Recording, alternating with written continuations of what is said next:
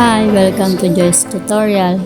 Ngayon, papaliwanag ko sa inyo kung bakit walang lumalabas na payment management sa inyong PhilHealth account base sa mga comment na aking natanggap. At para na rin ito sa nag-comment na ang sabi ay scam daw ang aking video na ginawa. Panoorin mo na lamang ito at nang maliwanagan ka. At pumunta na ako sa website ng PhilHealth, member login. Nilagin ko ang aking account. At ayan, medyo nakakalimutan ko pa yung password ko kaya inulit-ulit ko ang aking paglalagin.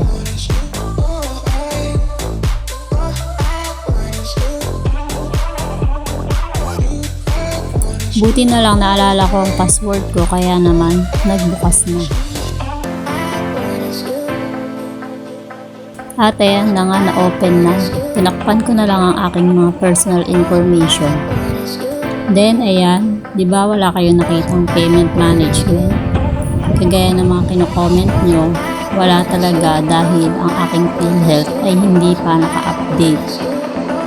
Ang ibig lang niyang sabihin ay matagal akong nahinto sa paghuhulog sa aking PhilHealth. Kita mo naman po, di ba, na nagsabi na scammer ako, na 2019 pa ang aking last na hulog. Kailangan magpa-update muna kayo sa PhilHealth para may lumabas na payment management sa inyong account. Libre naman po magtanong sa aking YouTube account, mag-comment lang kayo sa ibaba. Pero wag basta-basta magsasabi na scammer ang aking video or scammer ako. Ano, gets yung muna ba? Huwag kalimutan mag-like and subscribe sa aking YouTube channel.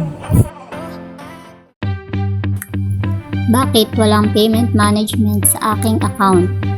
Maaaring hindi pa updated ang iyong PhilHealth membership record o hindi pa nakapagdeklara ng buwanang kita. Maaaring magsumite ng PMRF with declared monthly income at updated contact information kasama ang mga supporting documents sa pamamagitan ng email.